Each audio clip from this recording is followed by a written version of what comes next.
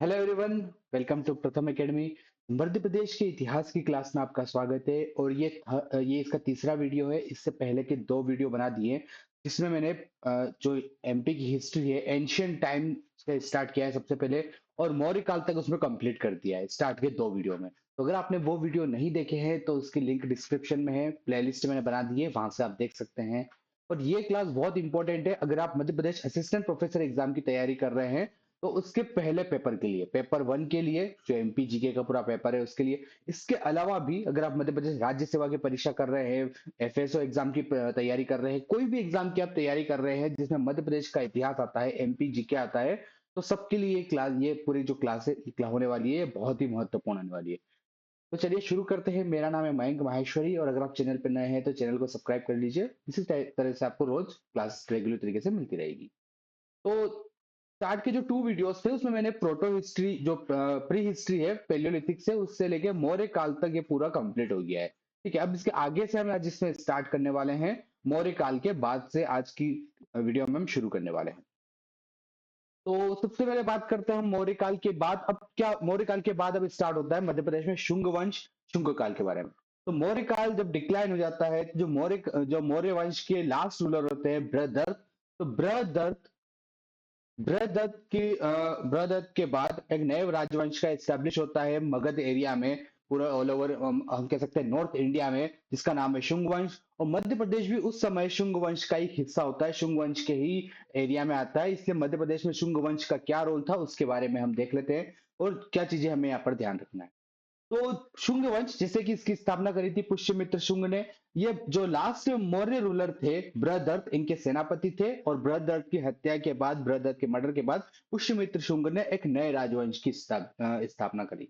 और मध्य प्रदेश अब इस टाइम पे और ज्यादा मध्य प्रदेश का रोल इंपॉर्टेंट हो जाता है, क्योंकि जो राजधानी है पुष्यमित्र शुंग की वो विदिशा थी। ठीक है, तो विदिशा, जिसका पुराना नाम भैलसा नगर था, भीलसा नगर भी कहीं कहीं पर आता है, या और एक बैस नगर भी आता है। तो ये नाम बहुत इंपॉर्टेंट है, क्योंकि किसी भी जगह का पुराना नाम इससे डायरेक्टली क्वेश्चन आते हैं। तो पुष्यमित्र शुंग की जो राजधानी थी वो विदिशा थी, उस समय उसका नाम भैलसा नगर था। उसके बाद पुष्यमित्र शुंग के टाइम पे ही अग्नि, इनके बेटे होते हैं अग्निमित्र, तो इनको विदिशा का राज्यपाल बना के भेजा जाता है। जैसे कि हमने देखा था कि जो बिंदुसार है, बिंदुसार के टाइम पे अशोक को राज्यपाल बना के भेजा जाता है उज्जैन का, उसी तरीके से पुष्यमित्र शुंग के टाइम पे अग्निमित्र को विदिशा का राज्यपाल बना के भेजा जाता है। और अग्निमित्र के बारे में जो हमें सारी इंफॉर्मेशन मिलती है वो एक इंपॉर्टेंट बुक से मिलती है जिसका नाम है मालविका अग्निमित्र। ये कालिदास जी के द्वारा रचित एक बहुत ही महत्वपूर्ण बुक है।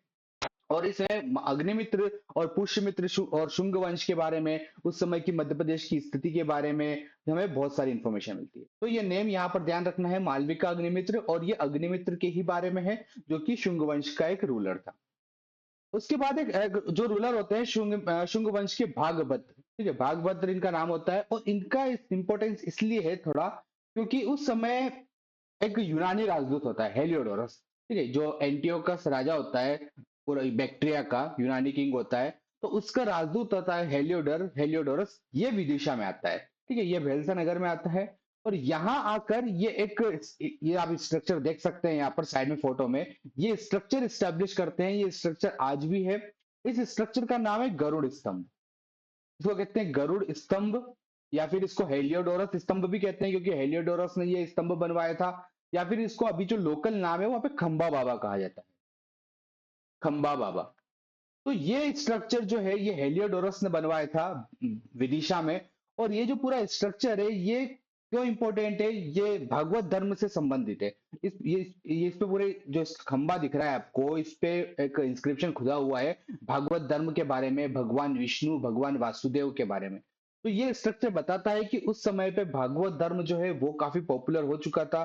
और जो यूनानी राजदूत था हेलियोडोरस, उसने भी भागवत धर्म को अपना लिया था। तो भागवत धाम के लिए, भगवान विष्णु के लिए, भगवान वासुदेव के लिए ये पूरा स्ट्रक्चर यहाँ पे बनाया हुआ है। इसको गरुड़ गरुड़ स्तंभ कहते हैं, या फिर खंबा बाबा कहते हैं, हेलियोडोरस भी कहते हैं। तो ये इसलिए ये बहुत महत्वपूर्ण हो जाता है। ठीक है, और ये बनवाया था शुंग वंश के जो राजा थे भागभद्र, उनके समय। और क्या क्या इंपॉर्टेंट चीजें हुई शुंग वंश के टाइम पे मध्य प्रदेश में, तो भारहूति स्तूप जैसा कि हमने देखा था, इसका निर्माण अशोक ने करवाया था। लेकिन शुंग वंश के समय इसका फिर से निर्माण हुआ। इसका फिर से निर्माण कराया गया और इसको और ज्यादा बड़ा कराया गया। जैसे उसकी जो रेलिंग्स है, उसके जो गेट है, वो इस समय बने थे। जो वेदिका और तोरण द्वार है, वो इस समय बने थे। सांची स्तूप ये भी अशोक ने बनवाया था, लेकिन इसका इसका और ज्यादा विस्तार हुआ। तो इस तरीके से शुंग वंश के समय काफी सारी महत्वपूर्ण चीजें हुई थी मध्य प्रदेश में। लास्ट रूलर था देवभूति शुंग वंश का। और इसको इसके बाद, इसकी हत्या के बाद वसुदेव कण्व ने वसुदेव कण्व ने एक नए राजवंश की स्थापना करी थी मगध में, कण्व वंश। इसका कुछ खास इंपॉर्टेंट रोल है नहीं मध्य प्रदेश के इतिहास में, तो फिर इसको हम नहीं पढ़ते हैं मध्य प्रदेश के इतिहास से संबंधित। तो ये सारी कुछ इंपॉर्टेंट चीजें थी शुंग वंश के बारे में। ठीक है, ये क्वेश्चन यहीं से आते हैं, ये सारी चीज आपको ध्यान रखना है। इससे ज्यादा इस डिटेल यहाँ आपको इससे ज्यादा नहीं मिलेगी। चलिए तो आगे हम बढ़ते हैं। अब हम क्या करने वाले हैं, अब हम मौर्य काल के बाद जो भारत और मध्य प्रदेश के कुछ राजवंश के बारे में पढ़ने वाले हैं। और उनका मध्य प्रदेश में क्या रोल था, मध्य प्रदेश से वो कैसे संबंधित है, ये सब चीजें हम देखने वाले हैं। एक जैसे कि हमने शुंग वंश के बारे में देखा। तो मौर्य जब मौर्य वंश पूरा डिक्लाइन हुआ, उसके बाद पूरे भारत में और मध्य प्रदेश में भी कई सारे छोटे छोटे राजवंश बन गए थे। शुंग वंश ने मोस्टली रूल किया था इंडिया के नॉर्थ पार्ट में, सेंट्रल पार्ट में, इस जगह पर आप देख सकते हैं। और जो साउथ वाला जो पार्ट था, डेक्कन वाला पार्ट जो ब्लू कलर में दिख रहा है, यहाँ पर एक नया राजवंश बना जिसका नाम था सातवाहन वंश। इंडिया की हिस्ट्री में इनका बहुत ही इंपॉर्टेंट रोल है। काफी लंबे समय तक इन्होंने राज किया था। और मध्य प्रदेश से कैसे रिलेटेड है, इन चीजों को हम देख लेते हैं।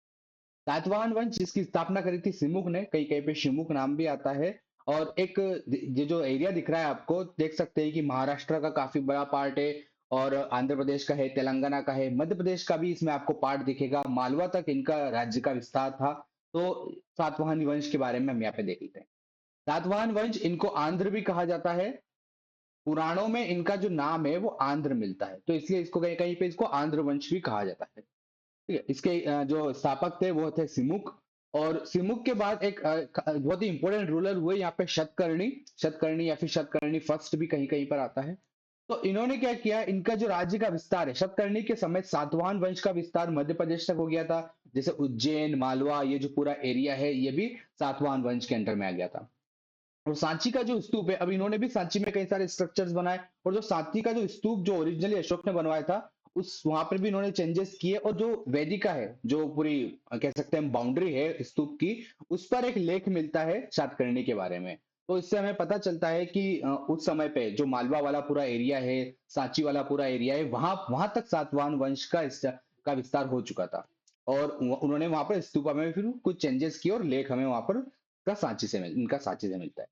देन फिर अनादर एक इंपॉर्टेंट रूलर हुए गौतमीपुत्र शतकर्णी। गौतमीपुत्र शतकर्णी के इनके सिक्के जो है मध्य प्रदेश के बहुत सारी जगह से मिलते हैं। और सिक्कों के क्वेश्चंस भी बहुत आते हैं। अब जैसे हम जो राजवंश के बारे में पढ़ेंगे, उसमें हम देखेंगे कि बहुत सारे जो राजा थे उनके सिक्के कहाँ कहाँ से मिले हैं मध्य प्रदेश से, ये हम देखने वाले हैं। क्योंकि इससे क्वेश्चन भी बहुत आते हैं। जैसे इन्होंने सिक्के चलाए थे, सीसे के सिक्के, उज्जैन से, रायसेन से इनके सिक्के मिलते हैं। ठीक है, उसके बाद यज्ञ श्री शतकर्णी, ये एक रूलर हुए। इनके सिक्के मिलते हैं तेवर, जो कि जबलपुर के पास है। विदिशा से, देवास से इनके सिक्के प्राप्त होते हैं। उसी तरीके से वशिष्ठ पुत्र पुलुवामी, इनके सिक्के देवास से, भिलसा से, यहाँ से इनके सिक्के प्राप्त होते हैं। तो सिक्के हम देखें, सिक्के वाले क्वेश्चंस बहुत आते हैं। और इनका और सातवाहन वंश का इससे ज्यादा कोई हिस्ट्री मध्य प्रदेश से कनेक्टेड नहीं मिलती है। हमें यहाँ पर ये रूलर्स के नेम ध्यान रखना है, और कहाँ कहाँ से उनके सिक्के मिले हैं मध्य प्रदेश में, वो हमें देखना है। ठीक है? और इंडिया की जब आप हिस्ट्री पढ़ते हैं, तो उसमें सातवाहन वंश का काफी इंपॉर्टेंट रोल हो जाता है। पर मध्य प्रदेश से इतना ही चीजें कनेक्टेड है, तो यहीं से हम इन चीजों को देख लेते हैं। चलिए आगे हम बढ़ते हैं। अब हम बात करने वाले हैं मौर्यकालीन बहुत सारे अन्य राजवंशों के बारे में। क्योंकि जैसे क्या होता है ना कि मौर्य काल में पूरे मध्य प्रदेश के ऊपर मौर्य राजवंश का शासन होता है। पूरा मध्य प्रदेश उसी के अंडर में आता है। लेकिन जब मौर्य वंश डिक्लाइन होता है, तो उसके बाद क्या होता है ना कि बहुत छोटे छोटे से राजवंश बन जाते हैं, बहुत छोटे छोटे से डेनेस्टीज बन जाती है, जो मध्य प्रदेश के अलग अलग एरियाज में रूल करते हैं। तो अभी हम बात करने वाले हैं लगभग गुप्त वंश से पहले की। मौर्य वंश से लेके गुप्त वंश तक का, गुप्त वंश जिसकी स्थापना हुई थी लगभग 418 बीसी के आसपास। सॉरी, 318 बीसी के आसपास। तो मौर्य वंश से लेके गुप्त वंश के बीच में मध्य प्रदेश में आप देख सकते हैं कि कई सारे छोटे छोटे राजवंश यहाँ पर बने थे। जिन्होंने अलग अलग भाग पर रूल किया था। तो इनके बारे में हम बात करेंगे। कुछ जो वंश थे इनमें से गुप्त गुप्त काल के भी समकालीन थे। तो फिर एंड में क्या होता है ना, जब गुप्त काल स्टैब्लिश होगा समुद्रगुप्त के टाइम पे, चंद्रगुप्त के टाइम पे, फिर से लगभग पूरे मध्य प्रदेश पे गुप्त जो साम्राज्य है, उसका विस्तार हो जाएगा। तो अभी उससे पहले गुप्त काल से पहले कौन कौन से राजवंश थे मध्य प्रदेश में, वो चीज हम देख लेते हैं। यहाँ से आप देख सकते हैं कि लोकेशन में, मैप में आपको क्लियर हो जाएगा कि पर्टिकुलर राजवंश जो है वो कौन से एरिया से स्टैब्लिश था। क्योंकि क्वेश्चंस आते हैं इस तरीके से। जैसे ओलिकर राजवंश यहाँ पर आप देख सकते हैं, ये वेस्टर्न साइड से जो पूरा मंदसौर वाला एरिया है, दशपुर वाला एरिया है मालवा का, वहां से संबंधित है। कर्दमक वंश ये उज्जैन साइड से संबंधित है, मालवा से संबंधित है। उसी तरीके से गर्दबिल वंश जो है ये भी उज्जैन से संबंधित है। वाकाटक वंश ये मिलेगा विदिशा साइड से और विंध्यन साइड से। नागवंश ये पूरा कनेक्टेड है नॉर्थ रीजन से, ग्वालियर मुरैना यहाँ से। परिव्रजक वंश ये बुंदेलखंड से संबंधित है। और उसी तरीके से उच्चकल्प वंश, ये दोनों साथ साथ ही थे, ये भी बुंदेलखंड से संबंधित। गर्दबिल वंश ये डबल आ गया है, ये यहाँ पर नहीं है। शैल वंश, ठीक है, ये पूरा बघेलखंड से संबंधित है। और मैकाल वंश ये भी बघेलखंड से संबंधित है। तो इस तरीके से हम इन वंश के बारे में क्या क्या इंपॉर्टेंट चीजें हैं तो शॉर्ट में हम देखने वाले हैं, जहां से क्वेश्चंस आते हैं। जो मध्य प्रदेश से जो जिस तरीके से राजवंश कनेक्टेड, जहां से क्वेश्चंस आते हैं, वो सारी चीजें हम इन वंश के बारे में और इनसे संबंधित राजाओं के बारे में देखेंगे। चलिए शुरू करते हैं। सबसे पहले देखते हैं शक वंश के बारे में। तो शक वंश जब हम पढ़ते हैं भारत के इतिहास में, तो शक वंश का काफी एक राज्य विस्तार होता है। शक कौन थे? तो बेसिकली ये सेंट्रल एशिया से आए थे। सेंट्रल एशिया की एक जनजाति थी, जिन्होंने मौर्यंस के बाद में फिर इंडिया में आए और अपना कई सारी जगह पर इंडिया में अपना राजवंश इन्होंने स्टैब्लिश किया। 4 से 5 लगभग शाखाएं भारत के अलग अलग हिस्सों में इनकी स्टैब्लिश होती है। और शक वंश के ही एक इंपॉर्टेंट रूलर थे रुद्रदमन। रुद्रदमन जो होता है, जिनका जूनागढ़ अभिलेख है, जो कि पहला संस्कृत का अभिलेख था पूरे इंडिया में। पहला संस्कृत का अभिलेख रुद्रदमन ने ही लिखवाया था, जो से संबंधित है। अब मध्य प्रदेश में शक वंश का क्या रोल है, वो चीजें हम देखते हैं। तो इस मध्य प्रदेश में शक वंश की 2 शाखाएं स्टैब्लिश थी। एक थी कर्दमक शाखा और एक थी शहरात शाखा। ये अलग अलग एरिया में थी। पहले बात करते हैं कर्दमक शाखा के बारे में। तो क्या क्या चीजें आपको यहाँ पर ध्यान रखना है, क्वेश्चंस कहाँ से आते हैं। तो कर्दमक शाखा ये स्टैब्लिश किया था चस्टन ने, और इसकी राजधानी थी उज्जैन। तो मध्य प्रदेश से संबंधित थे। मालवा वाला पूरे एरिया में कर्दमक वंश का शासन था। मालवा के अलावा सौराष्ट्र में, गुजरात में, तो यहाँ पर कर्दमक वंश का शासन था। और इनके इसमें जो इंपॉर्टेंट रूलर था वो थे रुद्रदमन। रुद्रदमन जिसके बारे में हमने बात करी कि इन्होंने जूनागढ़ अभिलेख लिखवाया था। और जूनागढ़ अभिलेख जो है वो प्योर संस्कृत में मिला हुआ पहला अभिलेख है पूरे इंडिया में। तो जूनागढ़ अभिलेख रुद्रदमन का है। इससे ही हमें एक सुदर्शन लेक के बारे में पता चलता है। सुदर्शन लेक, जो सुदर्शन झील थी, उसके बारे में हमें पता चलता है, जिसको रिपेयर करवाया था रुद्रदमन ने। कुछ डिजास्टर के कारण वो लेक टूट गई थी, बाढ़ वगैरह आ गई थी, तो रुद्रदमन ने उसको रिपेयर करवाया था। ये सारी चीजें हमें यहाँ से पता चलती है। फिर रुद्र सिंह इसी वंश के रूलर थे, जिनका शाजापुर अभिलेख बहुत फेमस है। तो ये अभिलेख मध्य प्रदेश से संबंधित है, इसे नेम आपको ध्यान रखना है। शाजापुर अभिलेख ये रुद्र सिंह से संबंधित है और ये कर्दमक वंश के शासक थे। और श्रीवर्धन, फिर इसके बाद श्रीवर्धन रूलर बने। इनके सिक्के हमें एरण से मिलते हैं। एरण जो सागर जिले में है, ठीक है। और सांची से हमें सिक्के मिलते हैं। तो ये कुछ चीजें हैं जो कि ध्यान रखना है कर्दमक वंश से संबंधित। जस्टन इनके संस्थापक थे। उज्जैन मालवा में पूरा इसका राज्य विस्तार था। रुद्रदमन, रुद्र सिंह फेमस रूलर है, जिनका शाजापुर अभिलेख है। और श्रीवर्धन के सिक्के एरण और सांची में से मिलते हैं। इतना बस महत्वपूर्ण है मध्य प्रदेश के इतिहास से संबंधित। बाकी चीजें हमें इसमें नहीं देखना है। आगे देखते हैं शहरात वंश। शहरात वंश कर्दमक वंश के बाद में फिर शकों की एक नई शाखा का विस्तार हुआ, जिसका नाम था शहरात वंश। और इसका मालवा में, गुजरात में, यहाँ पर इसका पूरा राज्य विस्तार था। ठीक है। ज्यादातर जो शकों का राज्य मिलेगा ना, वो मध्य प्रदेश के वेस्टर्न साइड में मिलेगा, मालवा साइड में मिलेगा। क्योंकि गुजरात में उन्होंने अपने अपने रूल एस्टेब्लिश किए। फिर गुजरात के बाद मालवा में उनका राज्य विस्तार हो जाता है। महाराष्ट्र से मालवा में उनका राज्य विस्तार हो जाता है। तो इस तरीके से वेस्टर्न साइड में ही शकों का आपको विस्तार देखने को मिलेगा। तो मालवा और गुजरात में शासन था शहरात वंश का। इसमें एक इंपॉर्टेंट रूलर थे नहपान। इनका नेम ध्यान रखना है, शहरात वंश से संबंधित थे ये। और नहपान के बारे में ये इंपॉर्टेंट है कि मिन नगर, इस मंसूर का पुराना नाम था शक वंश के टाइम पर, तो उस वो इनकी राजधानी थी। मिन नगर मंसूर में इनकी राजधानी थी। और शिवपुरी से सिक्के मिलते हैं नहपान के। तो ये कुछ चीजें ध्यान रखना है शहरात वंश और नहपान के संबंधित। इतना बहुत है, इससे ज्यादा इससे चीजें नहीं आती। तो शक वंश के बारे में ये कुछ इंपॉर्टेंट चीजें हैं। ठीक है, आगे हम बढ़ते हैं, आगे नहीं देखते हैं नेक्स्ट राजवंश के बारे में। कुषाण वंश के बारे में देखते हैं। तो कुषाण वंश का मध्य प्रदेश में क्या रोल था और क्या चीजें हमें यहाँ पर ध्यान रखना है। तो कुषाण वंश, जब हम इंडिया की हिस्ट्री पढ़ते हैं तो उसमें कुषाण वंश का बहुत ज्यादा इंपॉर्टेंस होता है। कुषाण जो कि ये भी अगेन शक जैसे ही सेंट्रल एशिया की ट्राइब थे। जब शकों के बाद इन्होंने भारत में इंटर हुए और पूरा हम देख सकते हैं कि सेंट्रल एशिया से लेके मथुरा तक, पाटलिपुत्र तक इनका राज्य विस्तार था। और बहुत सारी इन्होंने चीजें करी थी, जैसे कि सबसे प्योर जो होते हैं सोने के सिक्के, सबसे शुद्ध सोने के सिक्के कुषाणों ने ही चलाए थे भारत में। ठीक है, सबसे सबसे पहले सोने के जो सिक्के होते हैं वो इंडो ग्रीक रूलर ने चलाए थे। इंडिया में इंडो ग्रीक रूलर ने चलाए थे, लेकिन इनके जो सिक्के थे, कुषाण वंश के जो सिक्के होते थे, वो सबसे शुद्ध सोने के सिक्के होते थे। तो ये चीज इनके लिए इंपॉर्टेंट है। और भी कई सारे इन्होंने भारत की हिस्ट्री जब देखते हैं तो कई सारे उसमें इंपॉर्टेंट चीजें मिलती है। लेकिन मध्य प्रदेश से ये कैसे कनेक्टेड है, क्योंकि कुषाणों के कुछ एरियाज में मध्य प्रदेश का भी कुछ पार्ट था। तो वो चीज हम देख लेते हैं। जैसे इसके संस्थापक थे कुजुल कटफिसिस, जिन्होंने कुषाण वंश की स्थापना करी। और इनका कुछ खास इंपॉर्टेंट रोल नहीं है मध्य प्रदेश के इतिहास में। कनिष्क जो कि बहुत ही सबसे ज्यादा महत्वपूर्ण रूलर थे कुषाण वंश में।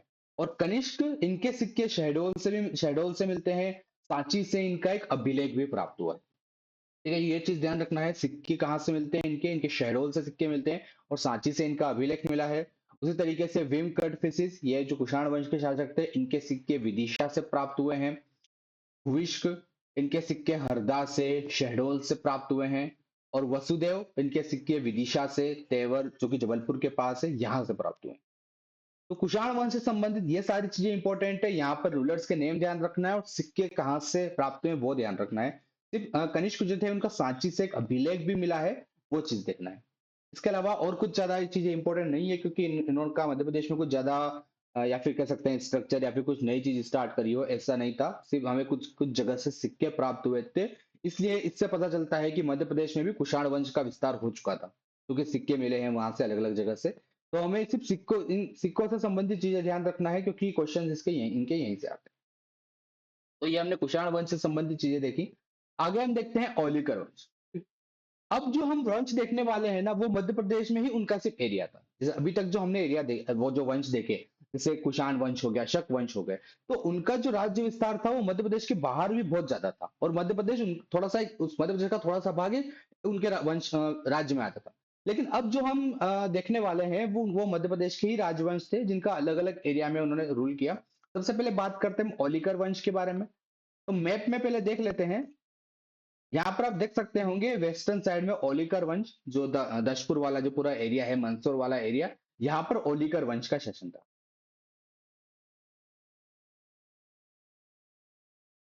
ठीक है, तो ओलिकर वंश से संबंधित चीज देखते हैं। सबसे इंपॉर्टेंट चीज, ओलिकर वंश की राजधानी जो थी वो थी दशपुर, मंदसौर। चौथी शताब्दी में, फोर्थ बीसीई के आसपास, फोर्थ फोर्थ सीई के आसपास सॉरी फोर्थ सीई के आसपास ओलिकर वंश की स्थापना हुई थी। और इनकी जो राजधानी थी वो थी दशपुर। एक सबसे इंपॉर्टेंट रूलर का नेम हमें यहाँ पर ध्यान रखना है, वो है यशोधर्मन। यशोधर्मन ओलिकर वंश से संबंधित है। और ये नेम बहुत इंपॉर्टेंट है। ये इसलिए इंपॉर्टेंट है क्योंकि यशोधर्मन ने शकों को हराया था। शकों को हराया था। शक जो कि सेंट्रल एशिया से आए थे, सेंट्रल एशिया की ट्राइब थी। तो उस समय, इनके समय में एक इंपॉर्टेंट रूलर था मिहिरकुल। शक वंश का एक इंपॉर्टेंट रूलर था मिहिर कुल, जिसका काफी नॉर्थ इंडिया में पूरा राज्य विस्तार था। तो मिहिर कुल को हराया था यशोधर्मन ने। तो इसलिए यशोधर्मन जो रूलर है वो बहुत इंपॉर्टेंट हो जाते हैं। इनका अभिलेख भी मिलता है, जिसको मंसूर अभिलेख कहते हैं। और उस मंसूर अभिलेख में इनकी कई सारी उपाधियों के बारे में बताया, जैसे राजाधिराज, परमेश्वर। तो ये ऐसी कई सारी महान उपाधियां इन्होंने ग्रहण करी थी। तो ये नेम हमें यहाँ पर ध्यान रखना है। इसलिए यशोधर्मन जो नेम है वो इंपॉर्टेंट हो जाता है, क्योंकि इन्होंने शकों को हराया था। आगे हम देखते हैं, जो नेक्स्ट है वो है बंधुवर्मन। ठीक है, बंधुवर्मन ये भी अनदर इंपॉर्टेंट रूलर है ओलिकर वंश के। और बंधु वर्मन तक आते आते क्या होता है ना कि ओलिकर वंश जो है वो गुप्त जो शासन था उसके अंडर में आ जाते हैं, इसलिए जो बंधु वर्मन है वो कुमार गुप्त के सामंत होते हैं, उनके उनके अंडर में, कुमार गुप्त के अंडर में ही रहते हैं। और इन्होंने अभिलेख बनवाया था दशपुर अभिलेख। ठीक है, और दशपुर अभिलेख बहुत महत्वपूर्ण है क्योंकि इससे इतने क्वेश्चंस आ चुके हैं अभी तक, दशपुर अभिलेख से अलग अलग तरीके से क्वेश्चंस आते हैं। जैसे कि दशपुर अभिलेख किससे संबंधित है, तो ये बंधु वर्मन से संबंधित है, होलिकर वंश से संबंधित है। क्या क्या है लिखा था दशपुर वंश में, दशपुर अभिलेख में? तो दशपुर अभिलेख जो था एक्चुअली वो सूर्य मंदिर से संबंधित है, सूर्य मंदिर से संबंधित है। एक्चुअली क्या होता है ना कि एक दशपुर अभिलेख में जो सिल्क बनाने वाला एक ग्रुप होता है, गुजरात से आए होते हैं और बंसोर वाले एरिया में स्टैब्लिश हो जाते हैं, तो वो फिर एक मंदिर का निर्माण करते हैं, सूर्य मंदिर का। ठीक है, तो सूर्य मंदिर के निर्माण से संबंधित है दशपुर अभिलेख। जो सिल्क का जो निर्माण करते थे, सिल्क की जो कपड़े बनाते थे, जो पूरा एक ग्रुप था, उनसे संबंधित है दशपुर अभिलेख। तो इस तरीके से यहाँ से ऐसे क्वेश्चन आते हैं। अन्य शासक थे नरवर्मा, सिंहवर्मन, तो ये इनके बारे में कुछ खास इंपॉर्टेंट नई चीजें नहीं है। ओलिकर वंश से संबंधित दो चीजें ध्यान रखना है, यशोधर्मन के बारे में ध्यान रखना है और बंधु वर्मन के बारे में, ये दो चीजें ध्यान रखना। चलिए आगे हम चलते हैं। नेक्स्ट नेक्स्ट हम बात करते हैं यहाँ पे नागवंश के बारे में। ठीक है, नागवंश के बारे में बात करते हैं। तो नागवंश जिसके संस्थापक थे वृषनाग, और इनका विस्तार जो है वो विदिशा में, ग्वालियर, पद्मावती, यहाँ पर इनका राज्य विस्तार था। विदिशा जो पूरा मालवा एरिया में आ गया, ग्वालियर तक में भी इनका स्टेब्लिश था। पद्मावती जो कि इनकी कैपिटल थी नागवंश की, जिसका अभी नाम है पवाया, और ये ग्वालियर के पास में है, यहाँ तक इनका राज्य विस्तार था। इंपॉर्टेंट रूलर जिसका नाम ध्यान रखना है वो है भीमनाग, क्योंकि इनके सिक्के विदिशा से प्राप्त हुए हैं, और उन्होंने ही पद्मा अपनी जो राजधानी है वो विदिशा से पद्मावती इन्होंने चेंज कर दी थी, इसे भीमनाग का नाम यहाँ पे ध्यान रखना है। और अंतिम जो शासक है वो गणपति नाग है। जब गुप्त वंश स्टैब्लिश हो जाता है, जो समुद्रगुप्त के टाइम पे गणपति नाग शासक थे, और गणपति नाग को हराकर फिर समुद्रगुप्त ने नागवंश का जो पूरा एरिया है वो भी गुप्त शासन में मिला लिया था। तो ये नाम यहाँ से इंपॉर्टेंट है, यहाँ से क्वेश्चन आते हैं। आगे हम देखते हैं वो है बोधि वंश। बोधि वंश के बारे में बात करते हैं। बोधि वंश जो है ये जबलपुर एरिया से संबंधित है। तो इस तरीके से एरिया क्वेश्चन सबसे ज्यादा आते हैं कि कोई पर्टिकुलर राजवंश जो है वो कहाँ पे स्टैब्लिश था। ठीक है, वो जगह याद रखना है। और इस पूरे में आपको ये मैप बहुत काम आएगा। इसी मैप से आपके ज्यादातर क्वेश्चंस बन जाएंगे कि कोई पर्टिकुलर राजवंश जो है किस जगह पर था, यहीं से आपको उसका जो है पता चल जाएगा। चलिए आगे देखते हैं हम। तो अब है बोधि वंश, ये जबलपुर साइड से संबंधित था, त्रिपुरी क्षेत्र से, और यहाँ से हमें कई सारे सिक्के मिलते हैं बोधि वंश शासकों के, जैसे श्री बोधि, वसु बोधि, चंद्र बोधि, शिव बोधि। तो इन शासकों के सिक्के हमें यहाँ से मिलते हैं। मगवंश ये बघेलखंड से संबंधित था, और इसके जो शासक थे वो थे वशिष्ठ पुत्र भीमसेन, प्रथम शासक हैं। इनके जो सिक्के हैं वो बांधवगढ़ एरिया से मिलते हैं। वैसे कई कौशाम्बी से भी मिलते हैं और भी बहुत सारी जगह से मिलते हैं, बट मध्य प्रदेश में इनके सिक्के जो है वो बांधवगढ़ एरिया से मिलते हैं। इसलिए मगवंश के बारे में ये सारी चीजें ध्यान रखें। नेक्स्ट देखते हैं हम आगे। परिव्रजक वंश बहुत ही इंपॉर्टेंट है।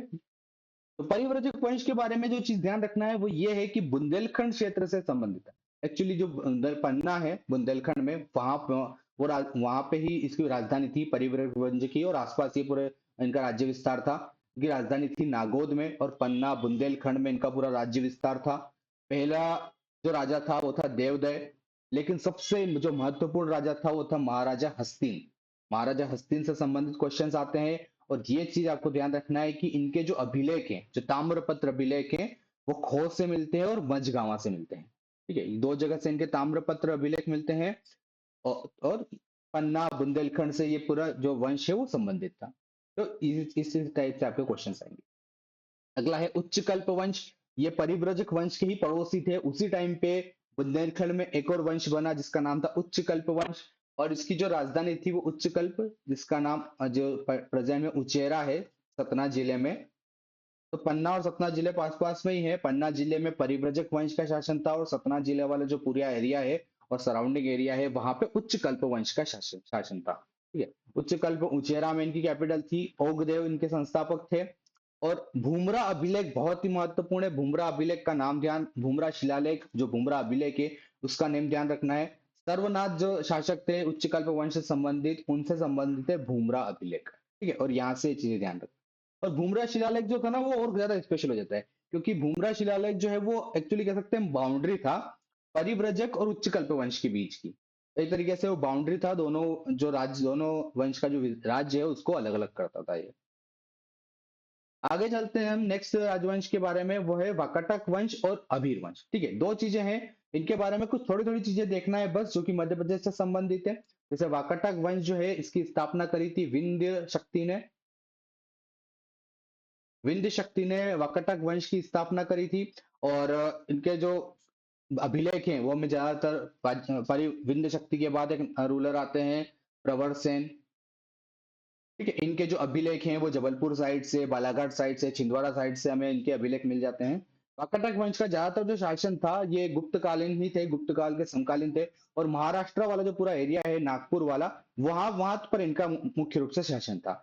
लेकिन कुछ अभिलेख जो है हमें जबलपुर साइड से मिल जाते हैं, छिंदवाड़ा साइड से, बालाघाट से, जो नियर बाय एरिया है नागपुर के, वहां से अब कुछ अभिलेख मिल जाते हैं, सिक्के मिल जाते हैं। इसलिए वाकाटक वंश जो है इससे थोड़ा वहां से देख इंपॉर्टेंट हो जाता है। उसी तरीके से अभीर वंश, इसका अभीर वंश का मुख्यतः शासन था खानदेश में। खानदेश जो निमाड़ वाला एरिया है, बुरहानपुर वाला एरिया। ठीक है, बुरहानपुर, खरगोन, खंडवा, वहां पर जो एरिया है वहां पर अभीर वंश का शासन था। और इनके संस्थापक थे ईश्वर सेन। ईश्वर सेन संस्थापक थे। और गुप्तों के समकालीन थे, गुप्त काल के समकालीन थे उन्हीं के सामंत थे। तो ये चीज यहाँ पर ध्यान रखना है, इससे ज्यादा इसमें कोई और इंपॉर्टेंट नहीं है। तो अभी तक हमने क्या किया, अभी तक मौर्य काल के बाद से जो गुप्त काल तक के हमने सभी राजवंश देख लिए हैं, जो जो महत्वपूर्ण राजवंश थे। कुछ राजवंश ऐसे देखे जो कि भारत के अन्य भागों में भी उनका विस्तार था, कुछ राजवंश हमने ऐसे भी देखे जो मध्य प्रदेश में ही थे। और उनसे संबंधित जो जो इंपॉर्टेंट चीजें हैं, जहां जहां से क्वेश्चंस आते हैं, वही चीजें हमने कवर करने की कोशिश करी है। यही चीजें आपको पढ़ना है, इसके बाद सिर्फ आपको क्वेश्चंस लगाना है, आपका मध्य प्रदेश का इतिहास का पार्ट कवर हो जाएगा। ठीक है? और अब हम नेक्स्ट वीडियो में गुप्त वंश के बारे में स्टार्ट करेंगे, क्योंकि उसका पोर्शन थोड़ा सा ज्यादा है। मध्य प्रदेश में भी उनके काफी सारे इंपॉर्टेंट चीजें मिली है। तो गुप्त शासक के बारे में और गुप्त काल के बाद के जो कुछ राजवंश हैं, मोखारी वंश और एक दो और हैं शैल वंश, उनके बारे में हम चीजें देखेंगे। उसके बाद फिर मध्य प्रदेश का जो एंशियंट हिस्ट्री है वो खत्म हो जाएगी, फिर मध्यकालीन जो हिस्ट्री है वो शुरू हो जाएगी। ठीक है, तो इस तरीके से ये पूरा वीडियो था। और अगर आप चैनल पर नए हैं तो चैनल को सब्सक्राइब कर लीजिए। Thank you.